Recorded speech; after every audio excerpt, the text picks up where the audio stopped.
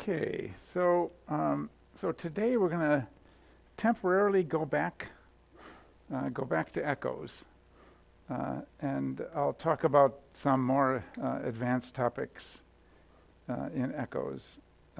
And the first one will be relevant to later in the quarter when we talk about quantitative MRI. So what I'm going to do, I'll just go over the equations for the amplitudes of the different kinds of echoes. So I went over that. Remember, there was like a horrible page of echo equations. I'll just sort of summarize the bottom line from pages like that, from 10 more pages like that. Just the five bottom lines. And then I'll talk about hyperechoes, which is just a particular kind of symmetry in echoes that allows you to get a very large echo after a long time. So it's kind of a little trick of symmetry of echoes. There's a paper in the readings if you want to look at it in more detail on hyperechoes. And there are pulse sequences on the scanner that use this kind of thing. So the first thing is just to talk about the amplitude of echoes. And so where might you use something like this? You might use something like this particularly if you're trying to collect more than one kind of scan and then do some computations on it. So one of the things that we mentioned sort of early on was that if you just do one scan, you don't have enough information really. You just have one number, could be a complex value, but typically it's converted to an amplitude. So you just have one number at each point in the image, and that one number combines a whole bunch of different things. It combines some T1 weighting, some T2 weighting, or T2 star weighting, some proton density weighting. There might be some magnetization transfer. So there's multiple features of the tissue, but you only have one number. And so what people have started doing, sort of, especially in the last, they started doing it early on, but it's gotten, much more widespread over the past couple years, is to try to collect multiple scans so that you actually have multiple data points so that you can try to actually calculate quantitatively what the actual T1 value is, rather than just having some random number in an image. Because if you get back a T1 weighted image, the numbers in the image don't mean anything. They just, they're like 45. What does that mean? It doesn't mean anything. It could be different on a different scanner. And so one of the the more modern goals is to try to actually calculate, like, what is the T1 value at a point. And that way you can actually take a scan from one scanner and directly compare it to a scan from another scanner. Or you could do something like take a scan and then, like, 2 years later, take another scan and actually see whether something had changed.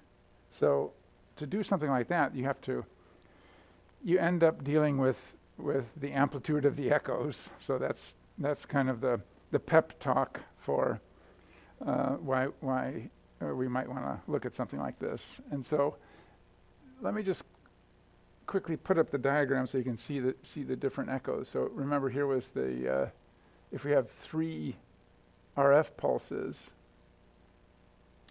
then what happens is you get this whole forest of echoes. So first you get an FID here, and then this guy gives you another FID, and this guy gives you another FID. So those are just the FIDs, not the echoes.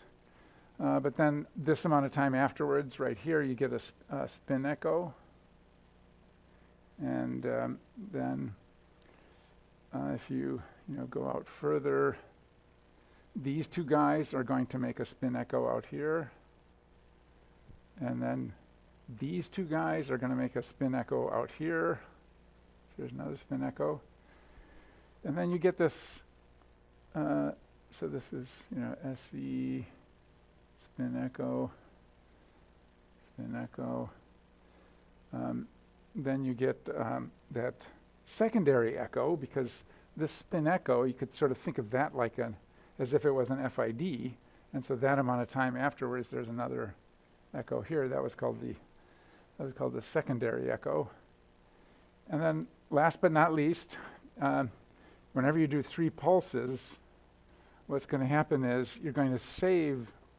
When you do this pulse, it's going to save some of the transverse magnetization, which is what I'm drawing here, in the longitudinal axis.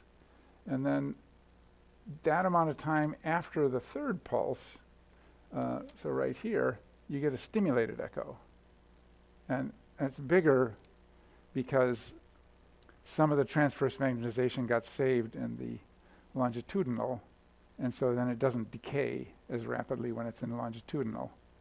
And then when you do another RF pulse, it flips some of that saved longitudinal into transverse, and then it can sort of rephase. It can sort of fix the phase errors. So this was the stimulated echo. It's often sort of STE.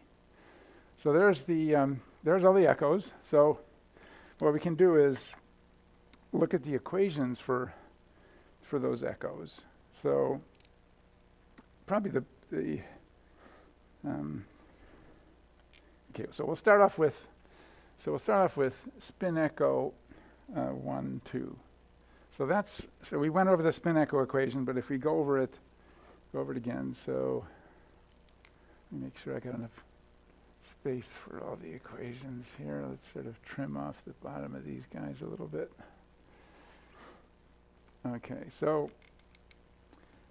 for our spin echo 1, pulse 2. So this is, FID 1, FID 2, FID 3. So the equation for that one is, so when does it occur? It occurs at, time equals, sorry, we have to put this in. So this is tau 1. This is tau 2. So that one occurs at time equals 2 times tau 1. So that one, so the general equation for that one, so, amplitude equals, the completely general equation is the sine of the first flip angle times the sine squared of the second flip angle over 2, and then it's decayed by e to the minus 2 times tau 1 over T2. So that's the completely general one. That looks like kind of a mess, and so it's worth sort of looking at some special cases. So I mentioned these before, but I'll just write them out again. So one special case is, what if the first one equals 90? So first one equals 90, and the second one equals 180. So that's the classic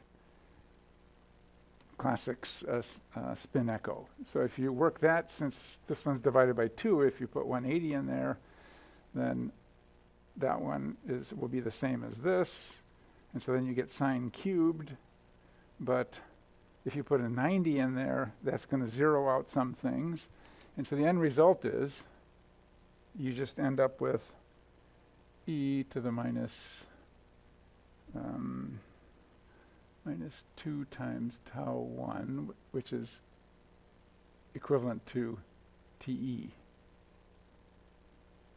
So that gets us back to our original one that we're always drawing like this, falling off, echo falling off like that, and that equals e to the minus t over T2, where t typically is like whatever the echo time. So here's the echo time, and so that would be minus TE over T2. But it's twice the spacing between the RF pulses. So that's a very simple one. But then there's other simple ones. And another simple one is what if 2 times alpha 1 equals alpha 2. So basically if alpha 1 is not 90, but it's half as big as alpha 2. So in that case, you get another simplified one, which is sine cubed alpha. So sine cubed alpha 1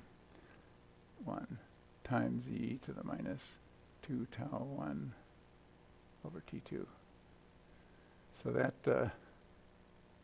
so those are two. So if you look in a paper, you'll often see like a sine cubed. You might wonder, like, cubed, where did that come from? And that's like a special case when the second FID is twice the flip angle of the first. And then this is the extra special case when you have 90 and 180, and then more things cancel out, and you just end up with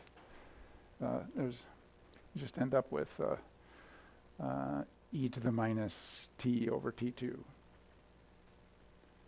So hopefully that was somewhat useful. It's useful because, like, you look in a paper. If you look in a paper and you say, well, Marty said it was e to the minus t or te over T2, and how come we've got a sine? Where did the sine cubed come from? So it came from the most general case. So this is the absolutely most general case that you can use for any old flip angle for alpha 1 and alpha 2. Okay, so that was SpinEcho. That's SpinEcho 1, 2.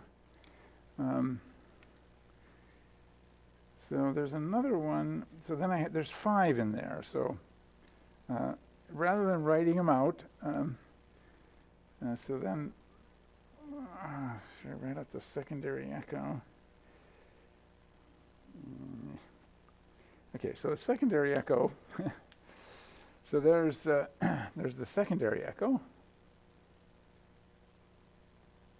Why don't I not write it out and just say you can look it up? Because probably the most important one is the amplitude of the stimulated echo. So here's the stimulated echo. So this one is quite different than these other ones. The other ones, there's another spin echo in here. 1, 3, and another 2, 3. That one occurs first. And there's another spin echo 1, 3. So those guys basically just have, there's some cosines in them, but whatever. We'll just say you can look those up in the notes. But the stimulated echo one is different because it includes T1. So what is the stimulated echo? So the stimulated echo occurs at time equals 2 tau 1 plus tau 2.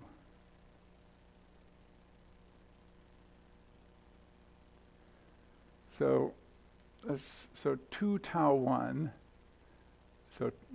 but you can think of it as tau 1 plus tau 2 plus another tau 1. So that's 2 tau 1 plus tau 2.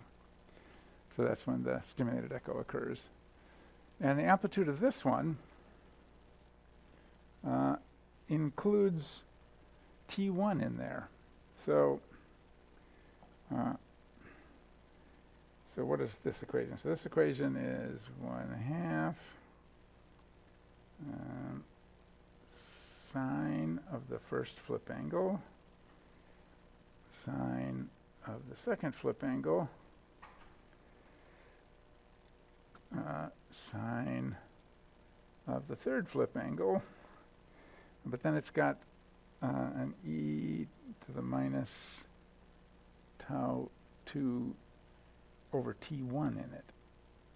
So that's the T1 decay, and then it's also got this e to the minus, oh, there's a typo in there in my thing. It should be minus 2 tau 1 over T2. So that's the regular.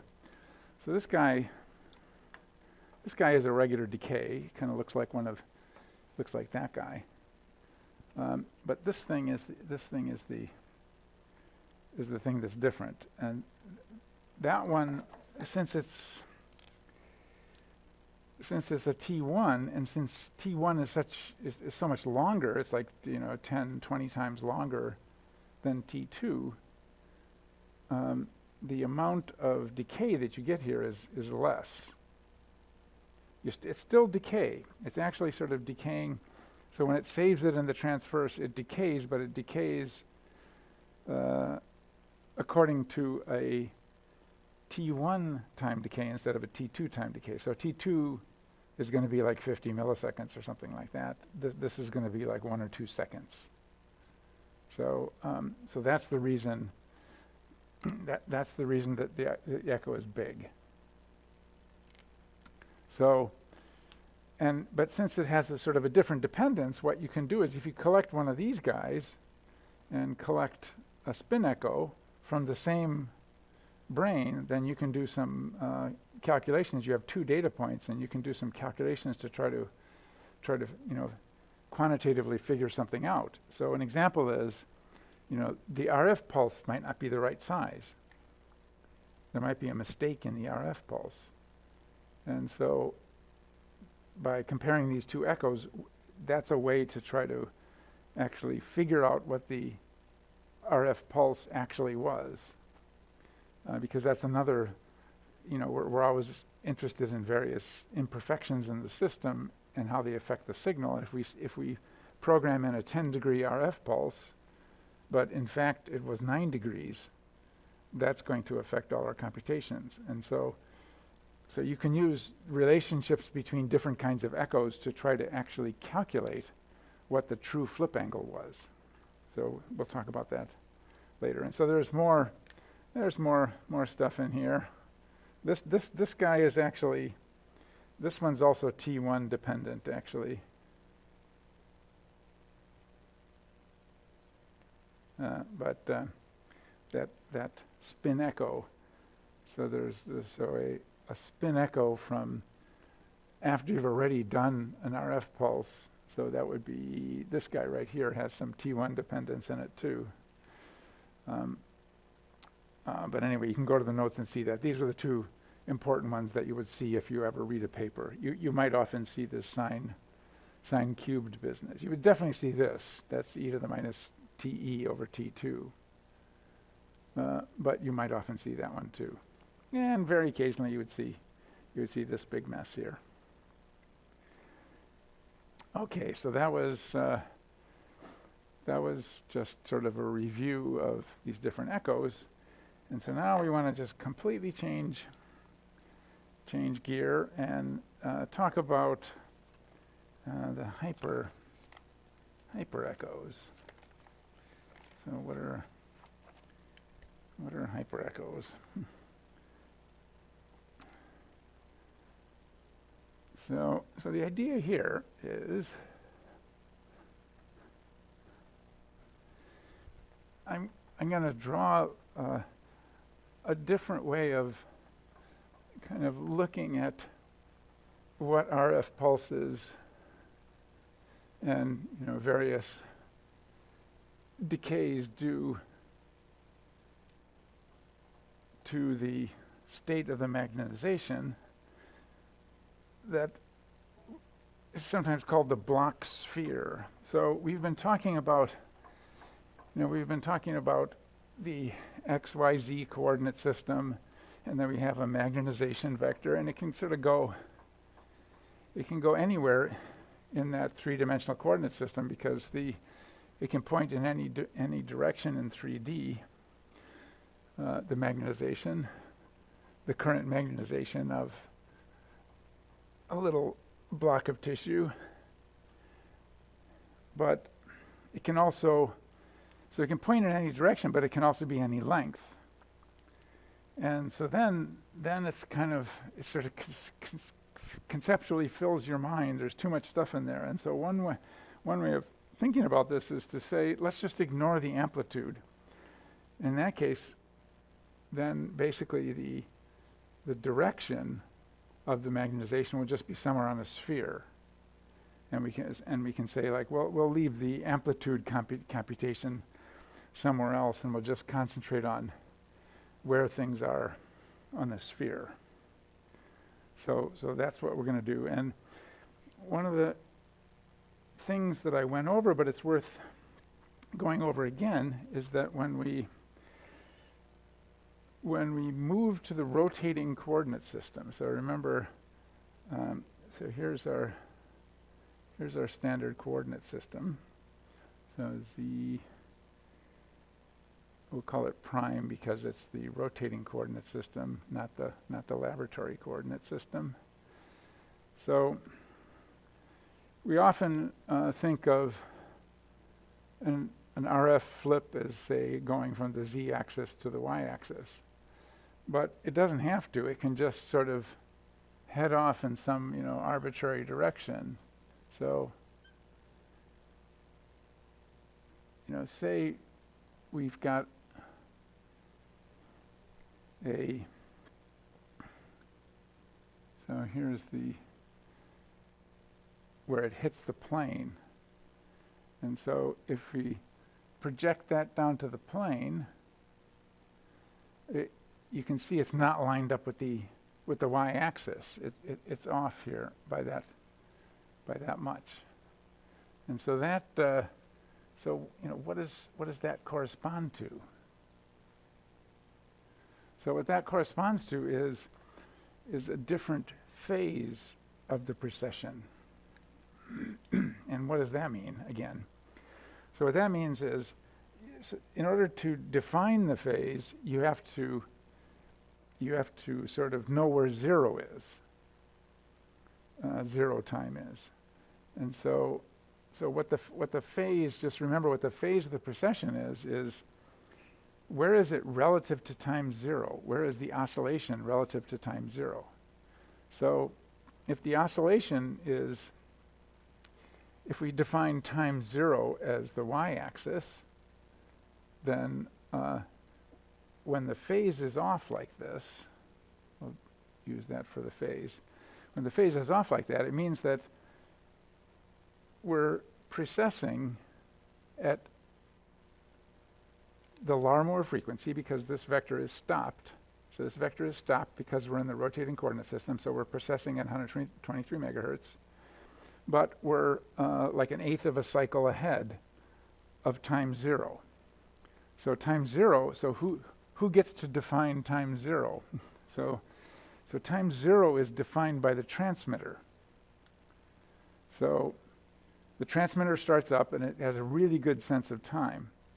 And so the transmitter starts up and it says, I'm going to start, oscillating around, and I'm starting my oscillation here right at time zero, and that's what counts as time zero.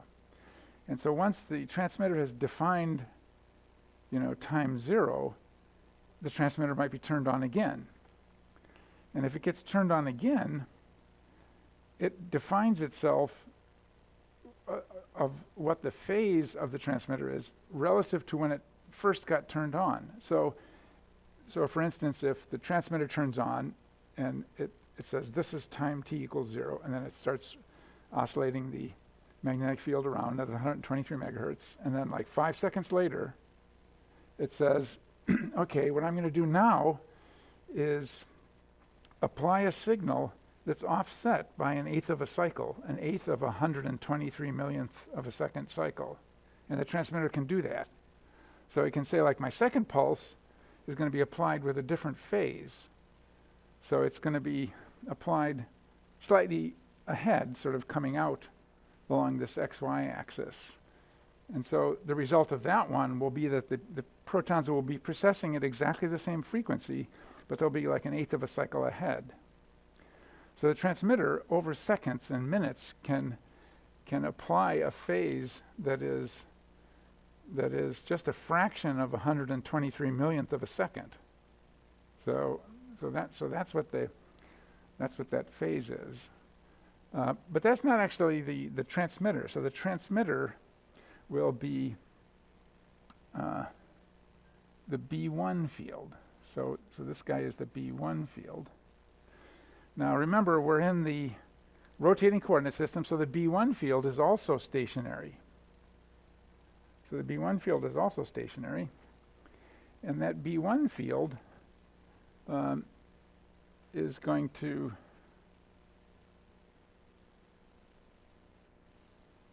have an offset as well.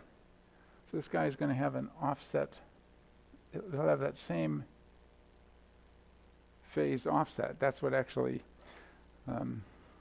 is affecting this guy. So how does it affect this guy? It doesn't have to be at right angles to it, but what it does is if you imagine a screwdriver, if you imagine the B1 field as a screwdriver and you rotate it as if you were rotating in a screw, it will rotate this magnetic field vector around the axis of the B1 field. And so the axis of the B1 field can change. That's different phases of the transmitter. I said neurotransmitter.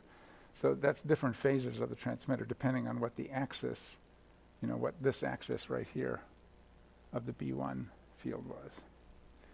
So, and then we have a different angle here. Let's just draw that one with a different, so these can also be changed. So basically what this picture gives you a feel for is that there's a whole bunch of different phases. In fact, there's a whole 360 degree of phases.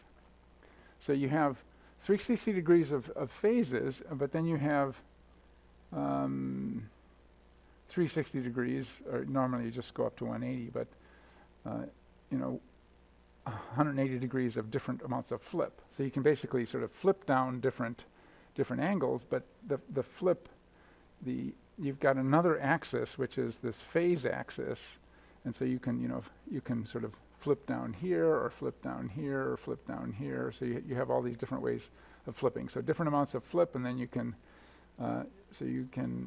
amounts of flip, and then different angles of flip. So keeping all that sort of 3D stuff in mind is kind of a pain, but let's start off on the hyperechos now. So, and the idea is to look for symmetries that allow doing equivalent movements on block sphere with different sequence inserts. Now, the authors of the paper would just be laughing their butts off if they heard me describe it this way, but this is, so we're looking for certain kinds of symmetrical pulse sequences that we can do that allow us to kind of insert stuff in, but still not change where we end up. That's really what the hyperechos is about. So, unfortunately, this is hyperechos.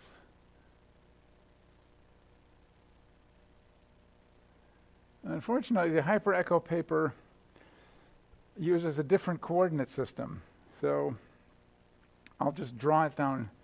I transposed everything. In my notes, I'll make a new page of notes. The original page of notes was the same coordinate system as they used in the paper, but their coordinate system looks like this. So this is, some people use this one instead. So here's the sphere, and here's some sort of great circles on the sphere, like this. here's the center of the sphere right there, and here's one of the axes coming out that way, and one of the axes coming out of the sphere that way, and one of the axes coming out of the sphere this way. So this is Hyperecho paper coords. But unfortunately, their coordinate system is a mirror image of the one that we use, which is bad enough. And then it has the axes pointing in different directions. So they put the z-axis down here. That's the rotating coordinate system z-axis, and they put the x-axis over here, and they put the y-axis over here. So not only do they have the axes pointing in different directions, that's going out the back here. This is coming out the bottom. So not only the axis pointing in different directions, but it's a mirror image of the coordinate system. So you could have, there's two different kinds of coordinate systems you could have like, the plus x, if you flip one of these axes, so say I make this one, z minus, then I'll have a mirror image of the coordinate system. So there's two possible three-dimensional coordinate systems that you can have, XYZ coordinate systems. You can rotate them around without changing whether or not they mirror image flip. So the coordinate system, just to show our original coordinate system here, we've got x, y, and z. There's no way of rotating this guy around to match it up with this one. Just try to just convince yourself. So if I put the x over here, I've got the y, coming out this way, and the z going up that way. And if I rotate it around, there's no way of lining them up. The only way of lining them up is to flip one of these guys. And so they've got y plus y up, and then it's a mirror image. Sometimes they would call it left-handed coordinate system versus a right-handed coordinate system, sort of based on your right hand. So because of that, so if you look at this the coordinate system they're using, the xy plane, which we normally think of as horizontal, like we're thinking of like you do a flip, and then you get some precession around the xy plane. Their xy plane is vertical. So let me fix their coordinate system. So I'll redraw them as a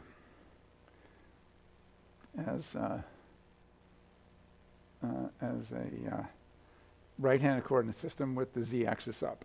And so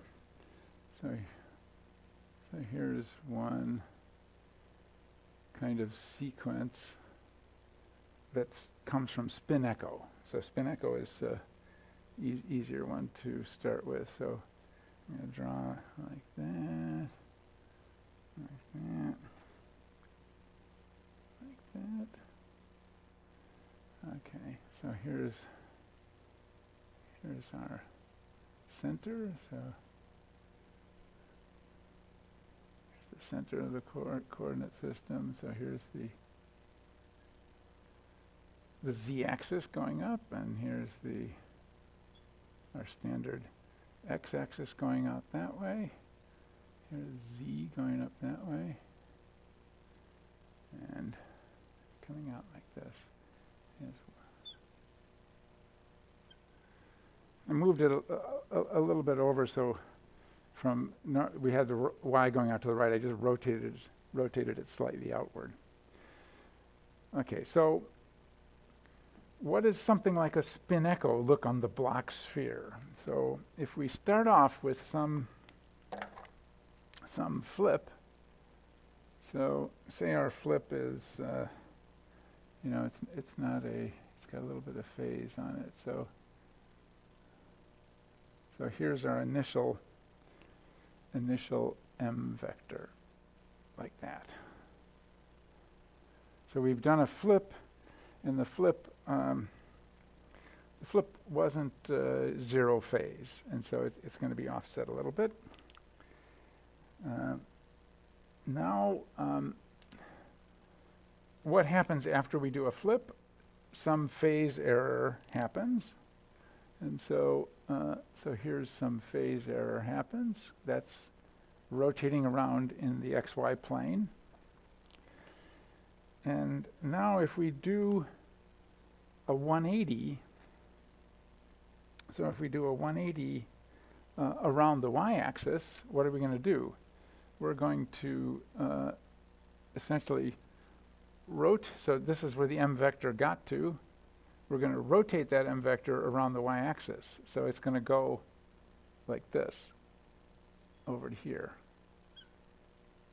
So that guy's a 180. So this, let's annotate this. This was, some, B0 phase evolution. So there's some B0 offset. The phase started to get a little dephased. Same, just what happens in T2. This guy was a 180 around the y-axis. So now what happens? If you wait the equivalent amount of time, you will get some reverse phase evolution. You'll get some reverse phase evolution. So this is, this is basically spin echo. So we're kind of fixing our phase. Now, the interesting thing about this is that that's equivalent to just starting off and immediately doing a 180. So if I just immediately do a 180,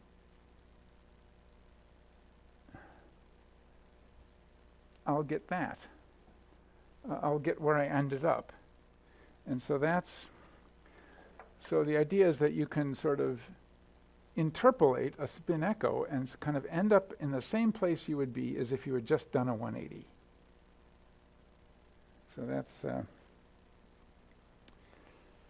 that's kind of a strange sort of symmetry of the sequence of pulse sequences. So you can basically do, so to write out that symmetry, it would be if you do some arbitrary flip around the z-axis, and then a 180 around the y-axis, and then the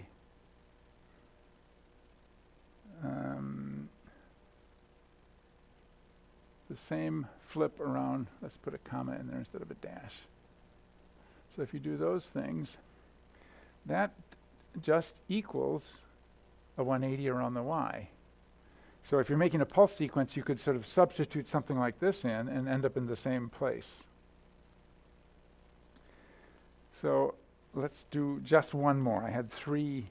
There were three different ones I had in my page of notes, but we'll do one more relevant one.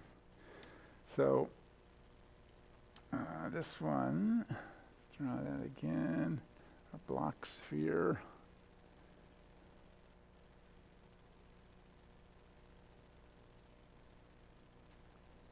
Okay, here's the center of our block sphere. Here's the z-axis and the x-axis coming out that way, and the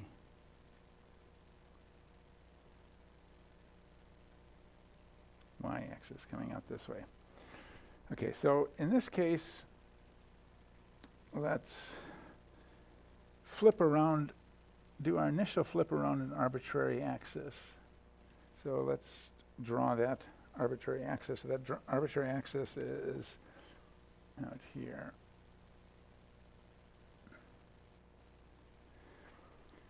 So that's one of these guys, one of these guys here.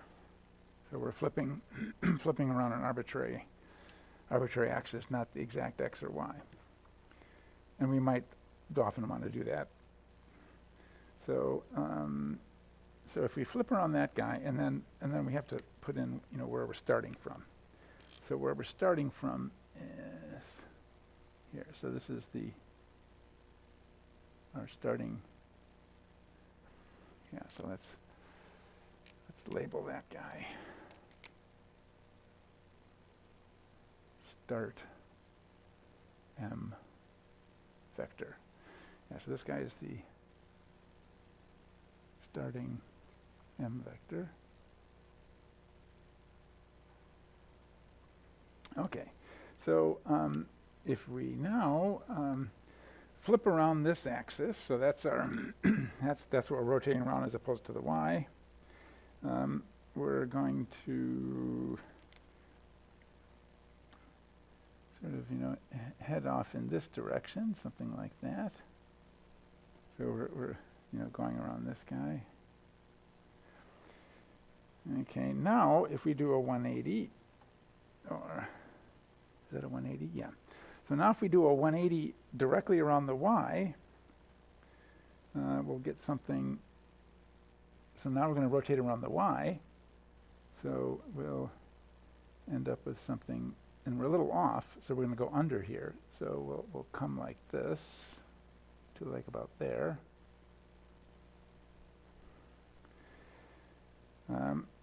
So that was our. Let me write out what we're doing. So we're doing a flip with a particular non-zero phase, followed by a 180 around the y, followed by, actually we'll do a negative, followed by the opposite with the same phase. And it turns out this one also equals just a 180 around the y.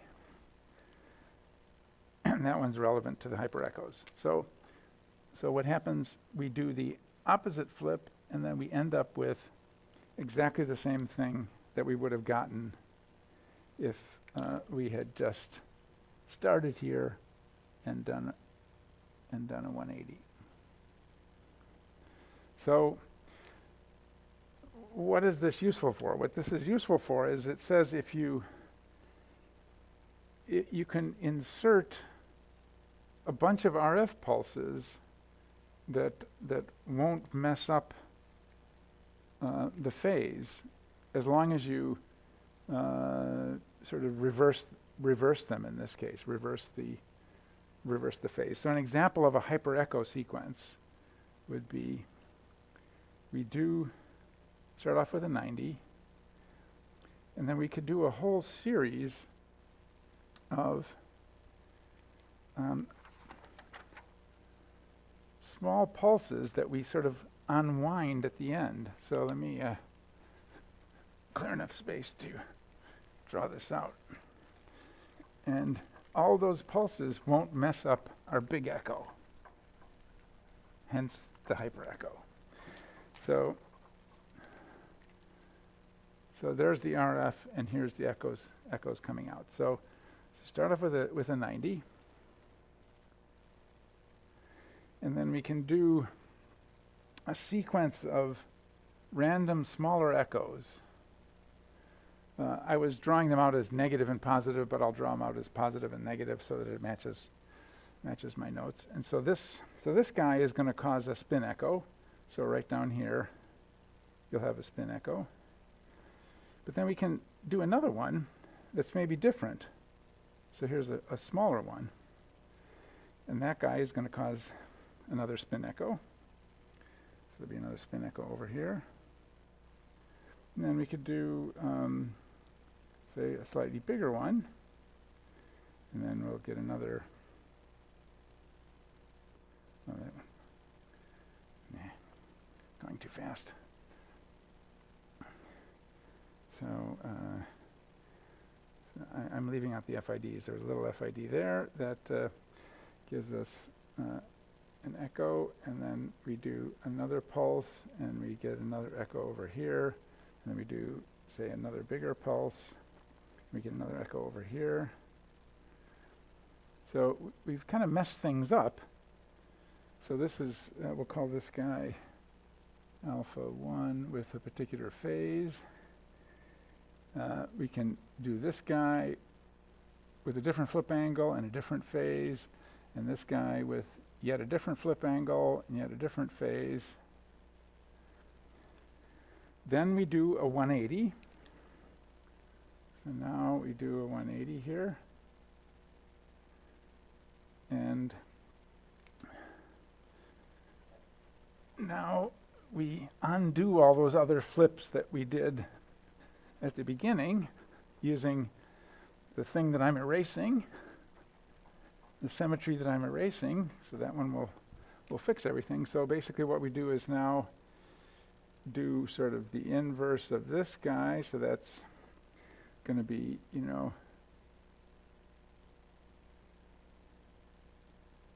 minus alpha 3 minus phase 3. And then we do the little guy, so the upside down little guy. So that's minus alpha 2 minus phase 2. And then we do the slightly bigger. So that one's symmetrical. No, sorry. That guy was that one. Here's the little one, and here's the sort of intermediate sized one. So here's the intermediate sized one. So that was alpha flipping 1, phase 1. Okay, so then after this very long point in time, so each of these guys generate another echo.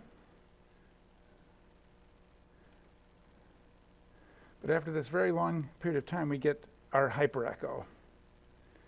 And the reason it's and that one will be this distance, this distance. So what is what's the point of all this nonsense? So the point of all this nonsense was, one of the things that constrains you is you can't do tons of 180s because they deposit a lot of energy. So you get stopped. So this guy is a high energy, high SAR. So you deposit a lot of RF into the subject. And so in the best of all possible worlds, you would just do zillions of 180s and you would get a long regular echo chain like we talked about at the very beginning. But you can't do that because there's limits on how much you can actually heat up the subject. And so this is a way of essentially getting a full-size 180 echo at a very late point in time, but then being able to collect a whole bunch of data from all these other echoes, from all these other pulses. If you do it in this particular symmetrical way, like this guy is the opposite of that, this guy's the opposite of that, this guy's the opposite of that, with the 180 in there, then you still get a big echo. So that's the hyperecho. So for better or for worse, that's actually used sometimes because you might want a very big echo through the center of K space. And if you did just a whole bunch of other random pulses in there of less than 180, if it wasn't arranged in some kind of symmetry like this, it would dephase this echo. So this is a way of sort of preserving a large useful echo from a 180 at a later point in time, while still being able to do a whole bunch of RF pulses and collect a whole bunch of other lines of K-space. So that wasn't my best presentation, but it gives you some idea of how people start to push the limits of trying to, optimize their pulse sequences more and more. And so, David, we'll stop there before we go over.